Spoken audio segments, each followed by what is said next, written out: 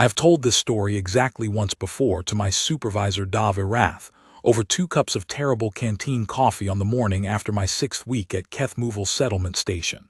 She listened without interrupting, which is not her usual method, and when I finished she set her cup down and looked at me for a long moment and said, "You answered the question honestly." I said yes. She said, "Then you have nothing to complain about."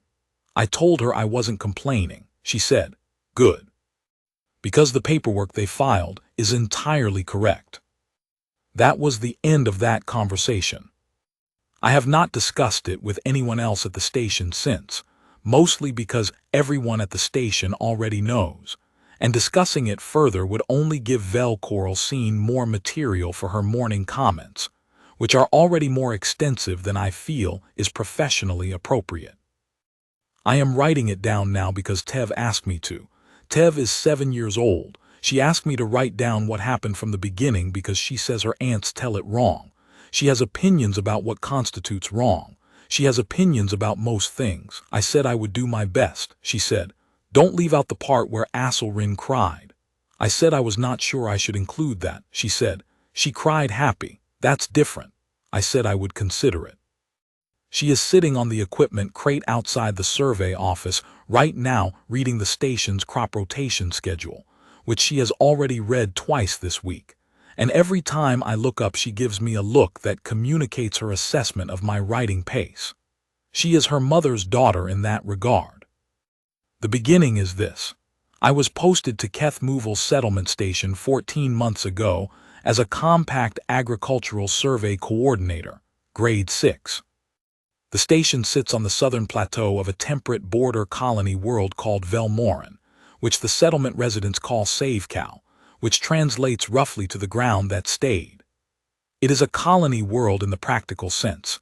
People came here 40 years ago with equipment and seeds and permits and started farming, and most of them stayed, and their children were born here, and the children of those children are here now, and in another generation the word colony will be entirely wrong.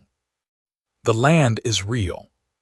The people have been here long enough to love it in the specific way that people love a place they have worked with their hands for years, where the inconveniences are familiar enough to be almost comfortable, and the good days carry the specific weight of things that were earned.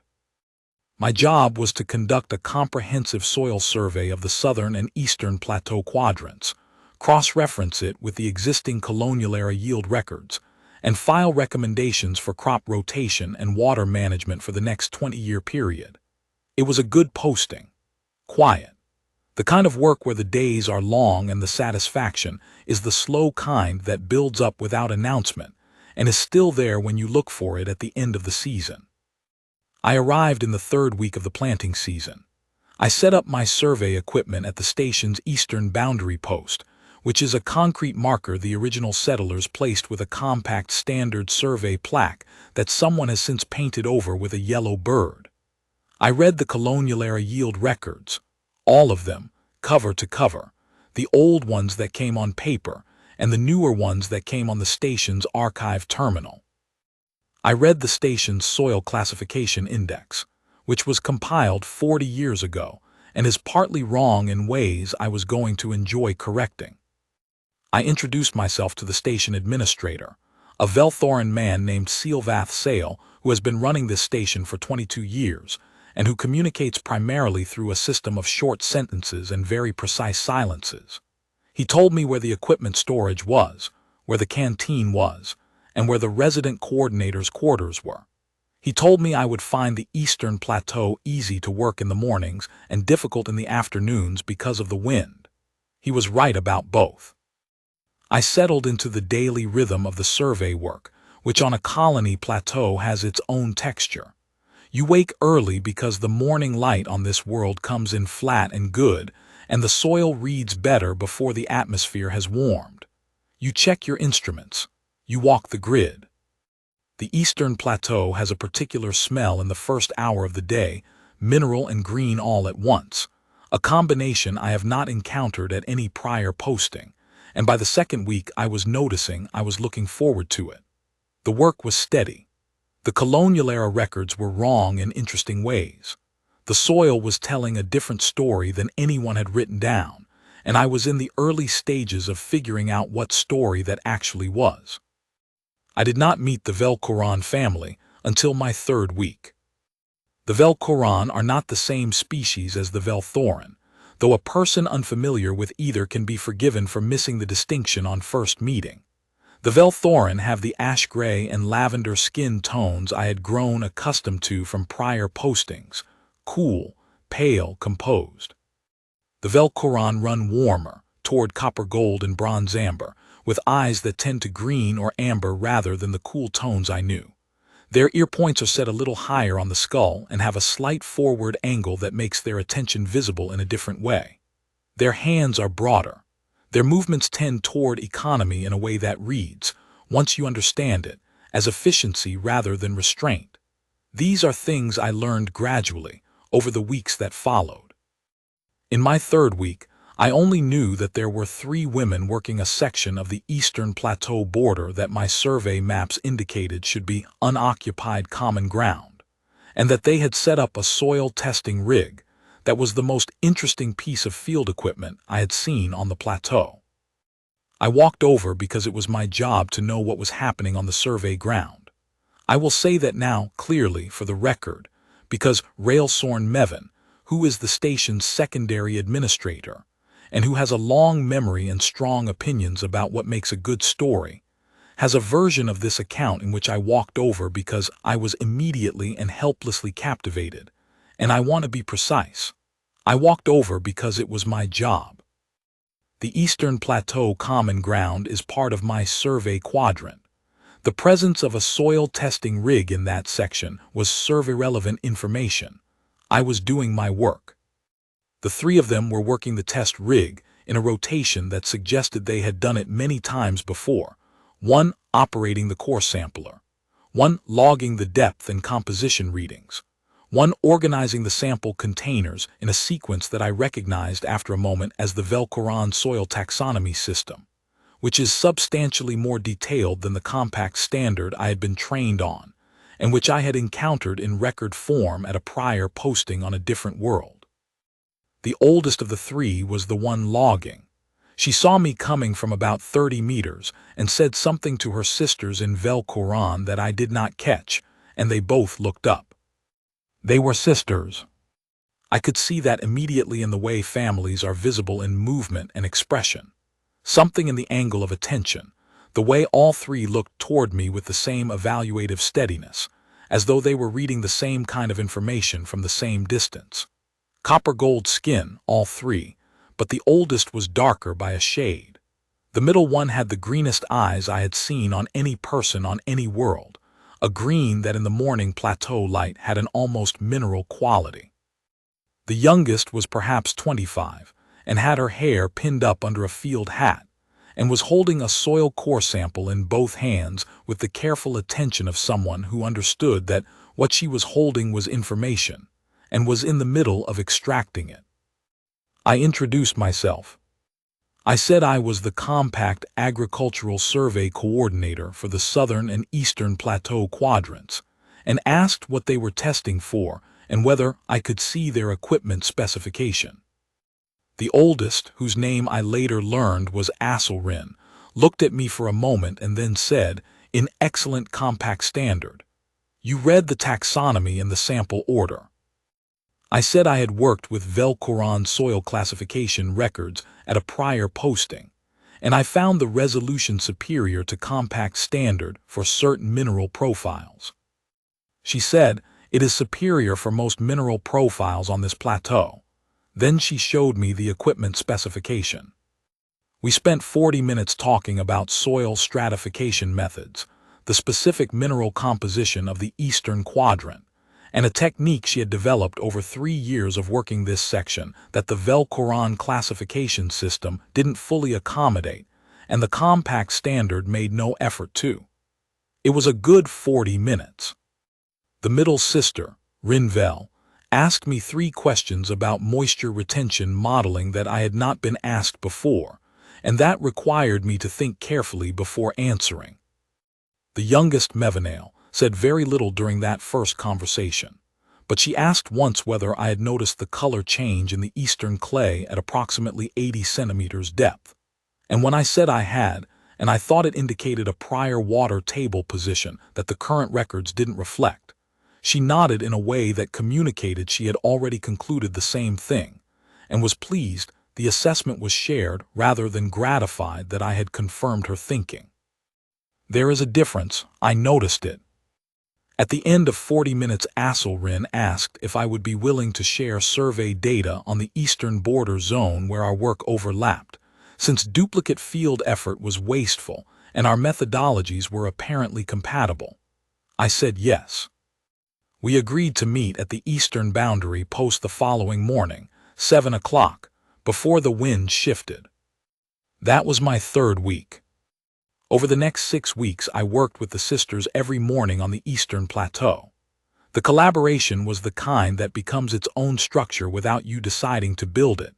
The same instruments, the same quadrant sections, the same morning schedule, the same rhythm of core sampling and logging and composition assessment that by the fourth week had become as natural as doing the work alone, except substantially better than doing the work alone. The work was genuinely good. Asselrin's soil taxonomy was more detailed than my compact standard training, and I learned things I will use for the rest of my career. Rinvel's moisture modeling had a precision I had not encountered before.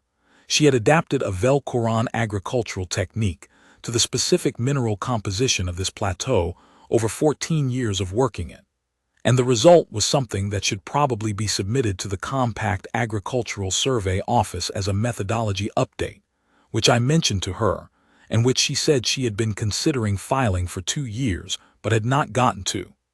I said I would help her write it. She said that would be useful. We shook hands on it, which is a compact standard gesture she knew and executed correctly, and I found out later is not the standard Velcoran acknowledgement, but she had decided it was appropriate for a professional agreement with a compact counterpart. She told me this much later. I include it here for accuracy. Mevanale spoke less than her sisters, but when she spoke she was right, with the specific quality of rightness that comes from patient and complete observation rather than rapid conclusion. She had a habit of watching the Eastern Plateau with the same attention she gave to the soil cores, as though the land surface was also readable and she was reading it.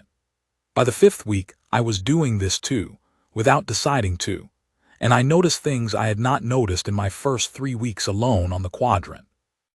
They had been farming this plateau for 11 years.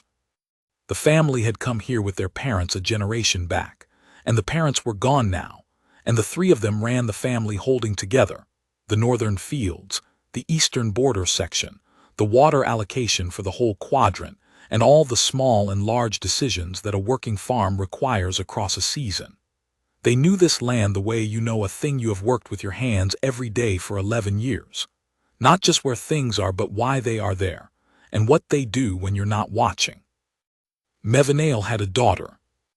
I learned this in the 2nd week, when I arrived at the eastern boundary post on a morning when the wind had gone sideways and found Mevanale already there with a small person who had copper-gold skin and enormous amber eyes, and was standing on the survey equipment crate looking at the horizon with an expression of complete professional assessment. This was Tev. She was 6 at that time. She told me my transit bag was an older model and the newer specification had better moisture sealing, which was true. I said she was right. She said she knew. She went back to looking at the horizon. Tev came to the morning survey sessions, with some frequency after that. She had a small notebook in which she recorded things she observed, soil compositions, water table readings, the color changes at different core depths, the relationship between the morning wind direction and the surface temperature of the clay sections.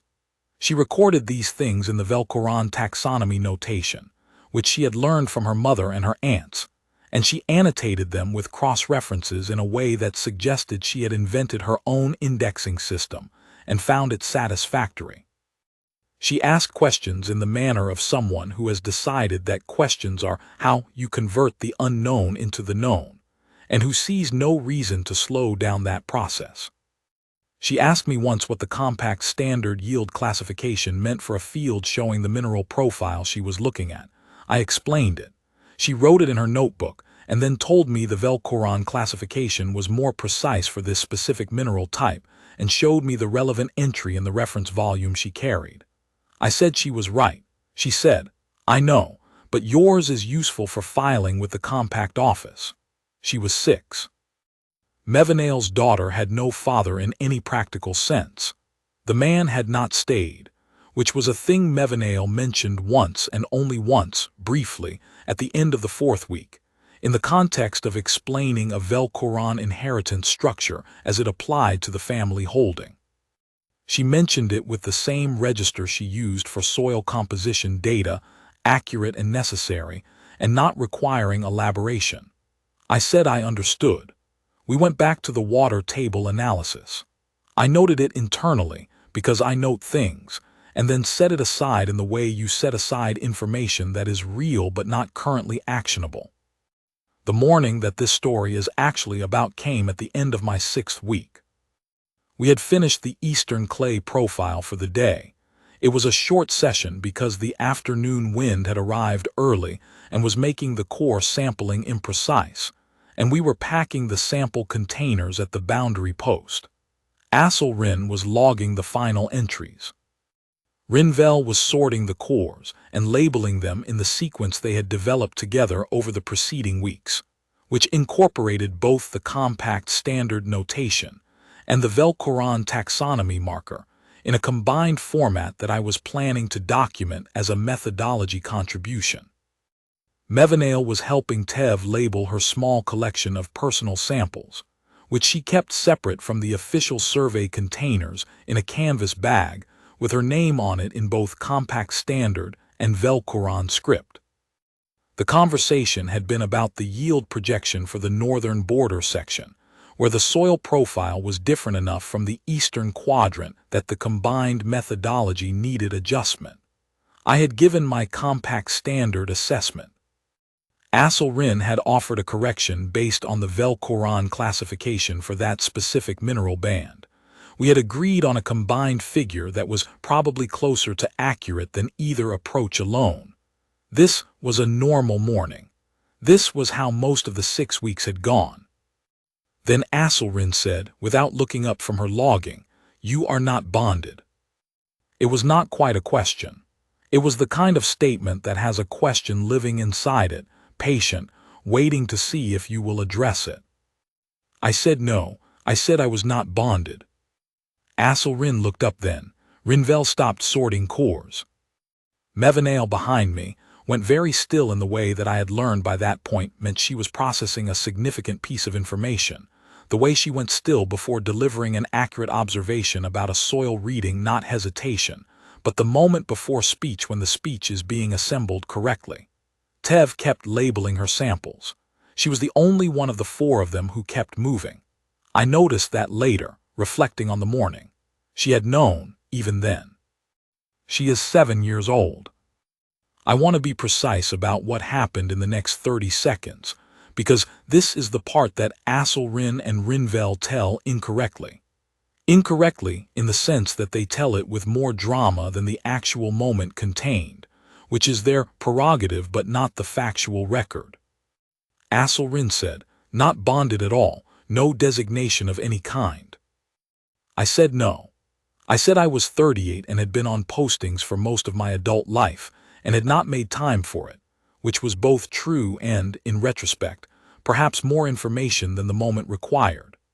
I said it in the register I use when I am answering a complete question with a complete answer, which is the only register I have for answering questions, and which I understand now was a more significant response than I realized I was making. Rinvel said, very quietly, something in Velcoron. Mevanale said something back. Asselrin looked at me with an expression I could not read at that point. I learned to read it later, in the weeks that followed, and it was not the expression I would have guessed it to be. It was not surprise. It was not calculation. It was something more like the look a person gets when a piece of information confirms something they had already been quietly considering, when the data arrives, and it is what you were waiting for, and you are in the middle of deciding what to do about the fact that it is." She looked at her sisters again. Something passed between the three of them, a rapid current of eye contact and the small adjustments in posture that, I had learned over 6 weeks, constituted a full conversation in their families working shorthand. Then Aselrin set down her logging tablet with the careful precision of a person placing something down, because if they do not place it down carefully, they may put it down less carefully than they intend, and she said, "We need to speak with Scifi." I said I was sorry, I was not sure I understood. Scifi was the station administrator. I had not been aware that the soil stratification data required his administrative involvement. Rinvel made a sound that was not quite a laugh. Mevanale covered her mouth with one hand. Tev looked up from her samples and looked at me and then at her mother and said, with the directness of a person who does not see the utility of ambiguity when the relevant facts are available, "He doesn't know what that means." Her mother said, "I know." Tev said, "Should someone explain it?" There was a pause that I was aware of and did not fully understand. Then Aselrin, who is the oldest and who I had observed operated as the family's primary decision-maker in most things, said, "Not yet." She said it in the register she used when she had determined the correct sequence of actions and was executing them. Then she picked up her logging tablet and her sample case and said they would see me tomorrow morning at the boundary post, and the three of them packed up their equipment with an efficiency that suggested they had somewhere they needed to be, and they left. Tev, who was last to leave, stopped at the edge of the survey ground and turned around and looked at me. I said, "Do you know what's happening?" She said, "Yes." I said, "Can you tell me?" She considered this with visible seriousness, the way she considered things that were both factually clear to her and procedurally ambiguous. Then she said, "I think they should tell you. It's more correct that way." She picked up her sample bag and settled it over her shoulder. "But you should look up Velcoran household designation customs when you get back to the station." Then she walked after her aunts, her small figure moving across the plateau in the flat morning light with the unhurried purposefulness that she has in everything she does. I looked up Velcoran household designation customs that evening. I want to be clear that the reference document I found was the Compact Cultural Liaison Office's standard briefing on Velcoran social structure, which is a document of 43 pages, and I read all of it, cover to cover. I understand that some people in my position might have stopped earlier, at the section that covered daily working life and mutual aid customs, and concluded that was sufficient context. I did not stop there. I read all 43 pages. I reached page 31 before I found the section I was apparently looking for. I sat with it for a while. The section explained that among Velcoran agricultural families, particularly on border and colony worlds, where the family holding is the primary economic and social unit, where the community is small and the work is shared, and the people who are still there after 20 years have made their choice about being there, sustained collaborative working relationships between an unbonded adult and the household were governed by a specific body of customs. Sustained was defined as more than 20 days of consistent morning contact during active field work. Collaborative was defined as shared data, shared methodology, and shared assessment, not merely adjacent presence, not professional courtesy, but actual integrated field work where the decisions of one party affect the decisions of the other and both parties understand this and proceed accordingly. The customs addressed what happened when those conditions were met and what the household was expected to do about it. They were, the document noted, considered binding under Velcoran civil custom, which on a colony world where most residents had been here for multiple generations and intended to stay was not a theoretical distinction. The civil customs were part of how a community managed the fact of being a community, and people took them seriously in the way you take seriously the things that structure the life you have built. I read the relevant pages 3 times.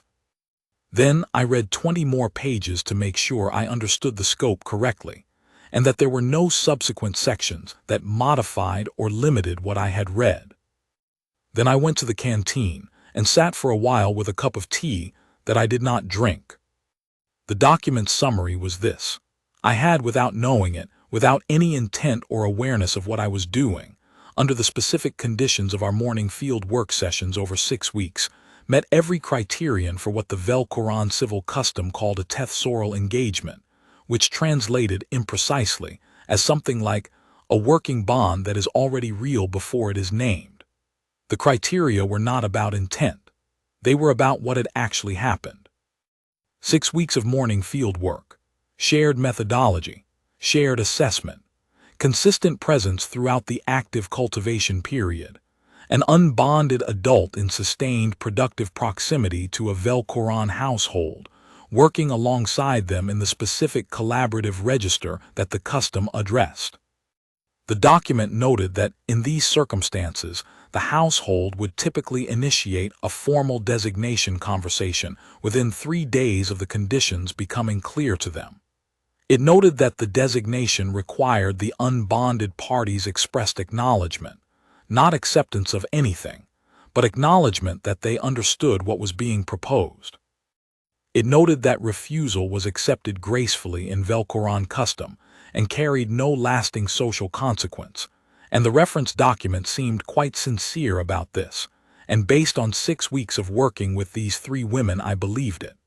But the document also noted that acknowledgement itself, the willingness to receive the conversation and respond to it honestly, was considered the foundation of honesty between parties. And honesty was, among the Vel-Quran, not a small thing. It was specifically not a small thing in a community context, on a working farm, on a world that people had chosen to stay on. I sat with my undrunk tea for longer than I usually sit with things. Then I went to bed. I did not sleep particularly well, but it was a productive kind of not sleeping, the kind where you are working something through rather than avoiding it, and by the time the morning light came in flat and good across the plateau, I had worked most of it through. Silvath appeared at my survey office door before I had finished my first cup of coffee. He came in and sat down across the desk from me, and was silent for a moment in the way that I had learned indicated he was organizing his thoughts into the fewest necessary words. He has been doing this for 22 years at this station. He is very good at it. He said, "The Mevin household came to see me yesterday evening." I said I thought they might have. He said, "You read the cultural reference." I said I had read it last night, all 43 pages. He looked at me for a moment and said, "Good." He was quiet again, in the particular quality of silence that means he is continuing to organize. Then he said, "They are a good family. They have been here for 11 years. Asselrin runs the northern fields. Rinvel manages the water allocation for the eastern plateau. Mevinale handles the soil work and the child." He paused. "The holding is sound. The family is sound. The work they have done on this plateau has improved the yield for the whole station's eastern section." Another pause, shorter. "They asked me to tell you that the formal conversation will be at your convenience and that there is no obligation on your part to receive it today or to give any answer today." I said I understood. He said, "They are not asking you to do anything you do not want to do." I said I understood that too. He said, "They are asking you to have a conversation, hear what they say, and tell them honestly what you think." I said, "I know." He looked at me for another moment in the way that communicates he has assessed the situation and found it acceptable. Then he said, "Tev asked me to tell you she thinks you are good at explaining things." He said it in the tone of a man delivering a message he was asked to deliver and who is making no editorial comment on its content whatsoever, and who, based on 22 years of running a settlement station, has seen more or less everything, and considers this morning's particular situation to be well within the range of things that resolve correctly if the people involved are decent. Then he stood up and went back to administering the station. I sat with that for a while too. I met the three sisters at the boundary post that morning as usual, at 7 o'clock, before the wind shifted. We worked the soil profile for the first 2 hours without addressing anything other than the work, which I appreciated, and which I suspected was a deliberate choice on their part. A courtesy extended to me so that the morning could be what it had been for 6 weeks, a piece of work we were doing together and doing well, before it became something that also required a decision. They were good at the work. I had known this for 6 weeks. I noticed it again more acutely than usual, the specific way each of them moved through the methodology, the economy of it, the accumulated expertise visible in every measurement. Around the second hour, when we had finished the core sampling and were beginning the composition logging, Asselrin said, "Sealvath spoke to you." I said he had. She said, "You read the cultural reference." I said I had, all of it. She looked at me. Her expression was the one I had not been able to read on the previous morning. I understood it better now, standing in the plateau morning with 43 pages of context and a night of thinking behind me. It was not calculation. It was not the management of risk. It was something more careful than that and more honest, the expression of a person who has decided to be transparent about something that matters and is paying attention to whether the transparency is received correctly. She had worn it since I had known her, I realized. I had seen it and not known how to name it. I knew what to call it now. She said, "We are not asking you to answer anything today. We are asking whether you are willing to have the conversation." I said I was. She nodded. Then she said, "The custom is that the household speaks first and the unbonded party listens without obligation to respond in that session. The response can come the next day or the day after. There is no correct timeline for the response, only that it should be honest when it comes." She paused. "The household has 3 members. All 3 will speak." I said I understood. She said Tev will also speak. I said I had not been aware that was part of the custom. Mevanale said from behind me, in the quiet voice she used for accurate information that might be new to the listener, "It is not part of the formal custom, but she asked, and she has things she wants to say to you directly." We thought that was her right to exercise. I thought about Tev, the notebook, the amber eyes, the way she answered questions about the survey ground with the complete version, and then waited to see if you had another one. I said that seemed right to me. Rinvel, who had been quiet through all of this, said, "That is the correct answer." And then she smiled at me, the green eyes catching the morning light in the way they did when the atmosphere was clear, and the angle was right, with the specific warmth of a person who has been watching a situation develop with hope and patience and considerable restraint, and is now finding that the situation is developing in the direction she had hoped.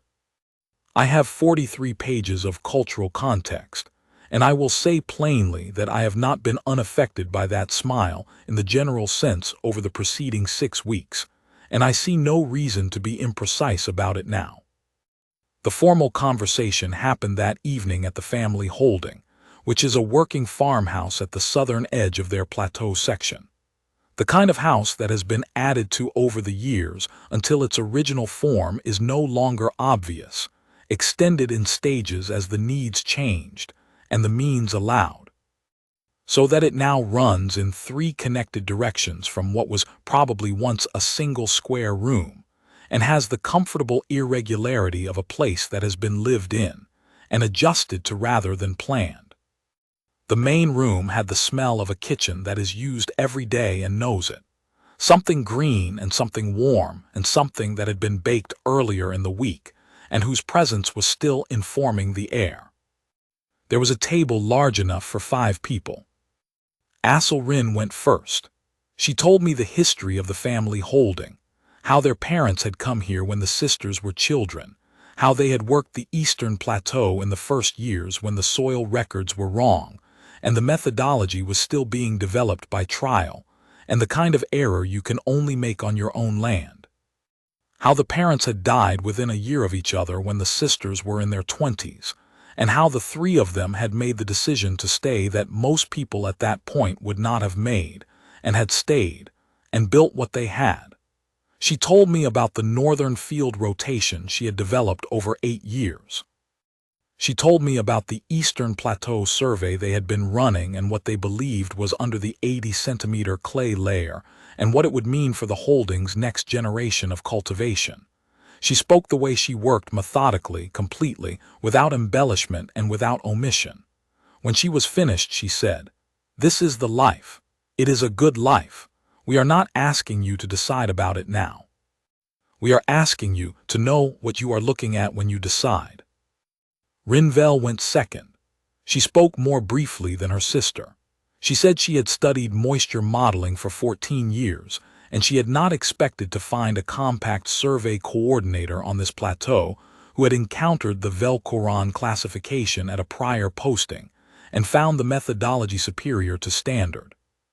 She said she had noticed in the third week that when my initial assessment of a soil profile was contradicted by the core data, I corrected the assessment rather than the data, which she said was a quality she had learned to value over a long time in this work. She said the holding needed someone who was present in the specific way that the work required being present, not in transit, not between things, but actually here on this particular ground with the intention of understanding it. She said, "We are not asking you to become a farmer. We are asking whether you would be willing to consider becoming someone who is here, genuinely here, the way we are here." She said it plainly, the way she said plain things, not as a concession but as the most accurate version of the offer available. Then she was done. Mevanale went third. She said less than her sisters and took longer to say it, with the pauses she put into things that needed them. She talked about Tev. She talked about what it meant to raise a child on a working farm on a border colony world, what it gave and what it required, and what you could not give a child alone that the child still needed. She talked about what Tev had said over the preceding weeks about the survey work, and about the things she had learned during the morning sessions, and about the person who had explained them. She said, "My daughter has opinions about most things. She is usually right. I have learned not to dismiss her assessments because she is young. She has been watching this plateau for 6 years with more attention than most adults bring to the places they live." She paused for a longer time than her sisters had paused, looking at her hands on the table, which were the hands of someone who works with soil every day and has done it for 11 years. Then she said, "She has an opinion about you. I'm not going to tell you what it is, because it is her opinion and she will tell you herself. But it matters to me. It matters to me more than most of the rest of what I am saying." Then Tev spoke. Tev had been sitting at the corner of the table with her notebook in front of her, closed, with one hand resting on it. She opened it to a page she had marked with a folded slip. She looked at her notes for a moment, looked up at me with the amber eyes that are her mother's eyes in a face that is beginning to be its own face, and said, "I wrote down what I wanted to say so I would say it right." I said that was a good idea. She said, "I do that when it's important. Some things are important enough to say right." I said I agreed. She looked at her notes, then she said, "You answer the whole question. Most people don't do that. They answer part of it and then they look at you to see if you'll stop asking. You answer all the way to the end to where the answer actually is and then you wait to see if I have another one." She looked up. "I always have another one. You always answer it." She looked at her notes again. "And when I told you something you didn't know you wrote it down. And when I was right you said so." She paused. "My aunts always tell me when I'm right, but they are my aunts. They will do that because I am part of their family and they love me. You didn't have to." She closed the notebook. "That's what I wanted to say." I was quiet for a moment. The farmhouse kitchen was very still. I said, "Thank you, that was well said." She said, "I know." Then she put her notebook away with the deliberate care she gave to things she was done with. Then she said, in the voice she used for accurate observations about things she was still processing as she spoke them, I think you are going to stay." Her mother said, "Tev." Tev said, "I'm not asking him to. I'm saying what I think." I said I had not given my answer yet. Tev said, "I know, but I've been watching you for 6 weeks and you answer the whole question, and the whole question has an answer that is here." She said it with the practical precision she brought to soil data. It was not a child's wish. It was an observation she had made carefully and was reporting accurately. The room was quiet. Asselrin made the sound I had heard from her for 6 weeks when something amused her, and she was choosing not to let it show fully, and was not quite succeeding. Rinvel looked at the table in front of her with an expression of careful neutrality, doing similar work. Mevanale looked at her daughter with an expression I am not going to attempt to describe with precision, because I do not think I am capable of doing it justice, and I have been thinking about it for 6 months. I said I needed the night to think, as was customary, and I would give my answer at the boundary post in the morning. They said that was correct. Asselrin walked me to the door. She stopped at the threshold and said, which I had not expected, "Rinvel cried happy after the 3rd week when you corrected your own assessment and wrote down her methodology note. She does that when something goes the right direction and she has been hoping it would." She paused. "That is not in the formal custom. I am telling you because I think you should know what has been happening while you were working." I looked at her. She looked at me with the darker copper gold of the oldest sister's face and something that was close to a smile, and went back inside. I walked back to the station under the colony sky, which on Velmorin in the middle of the growing season is a particular shade of blue-green at the hour before dark that I had been meaning to note in my survey log since the 1st week and had kept forgetting. I noted it that night.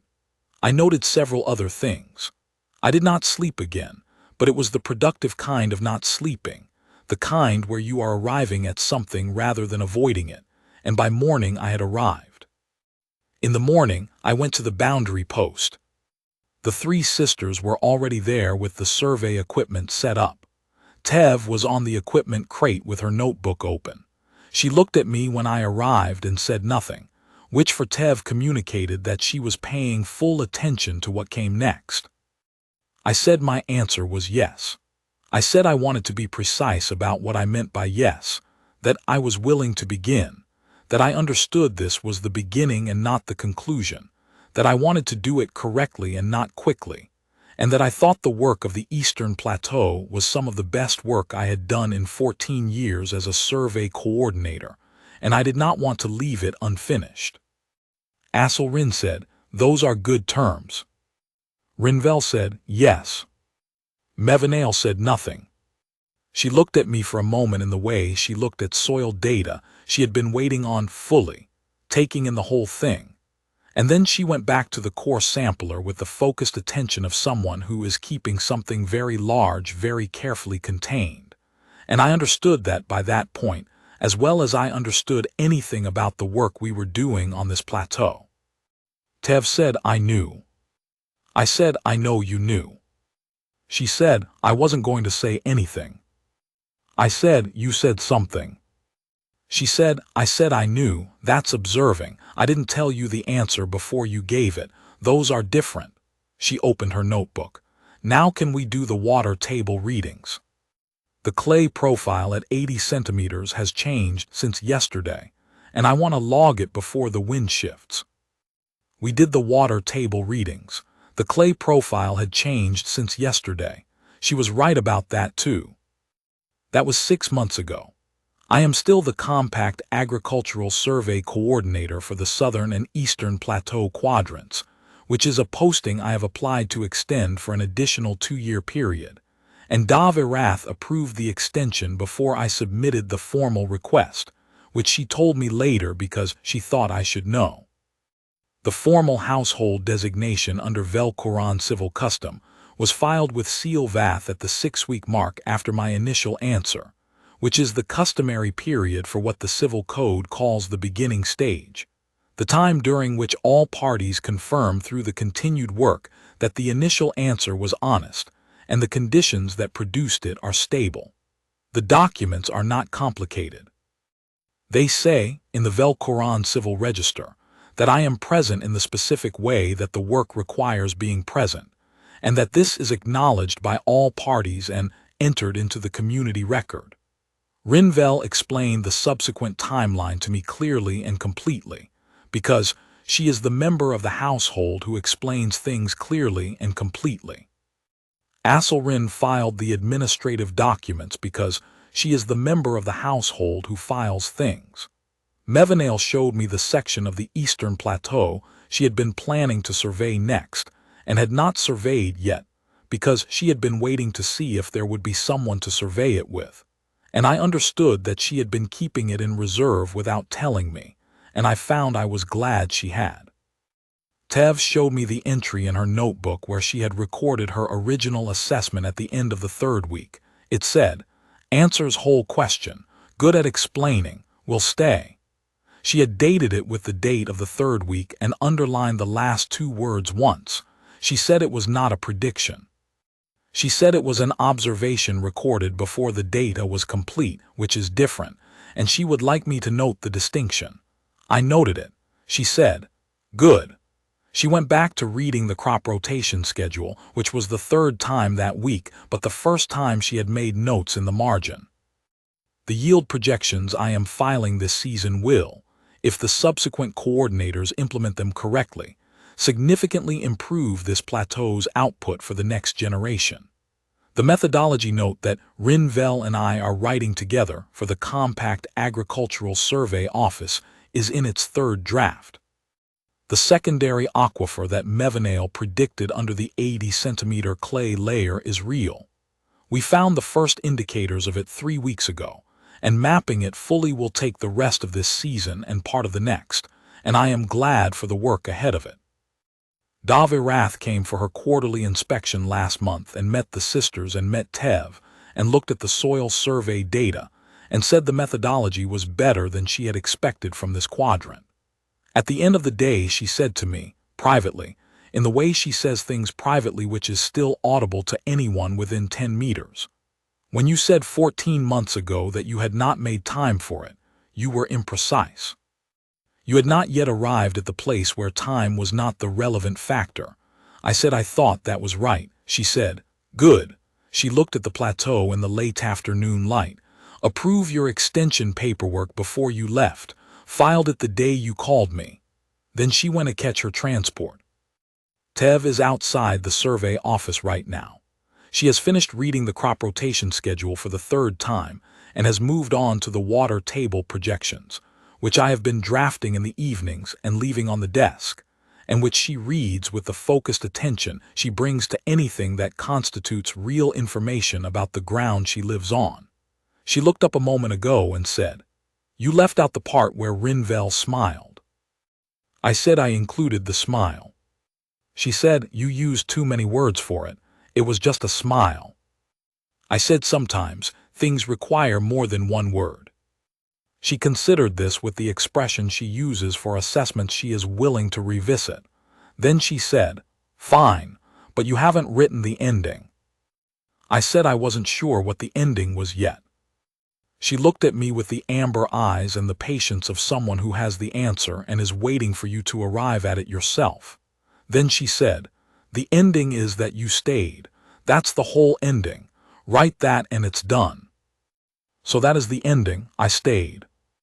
The clay at 80 centimeters is going to tell us something interesting in the next survey season. Mevanale thinks there is a secondary water structure deeper than the first indicators suggest, and she is almost certainly right, and mapping it will take careful work across the months ahead, and I am glad to be doing it. In the morning we will go to the eastern boundary post, the 4 of us, and we will read the ground the way it needs to be read, completely, to the end, including the parts that look unimportant. Tev says that is how you find what you are actually looking for. She is 7 years old, and she is right about most things.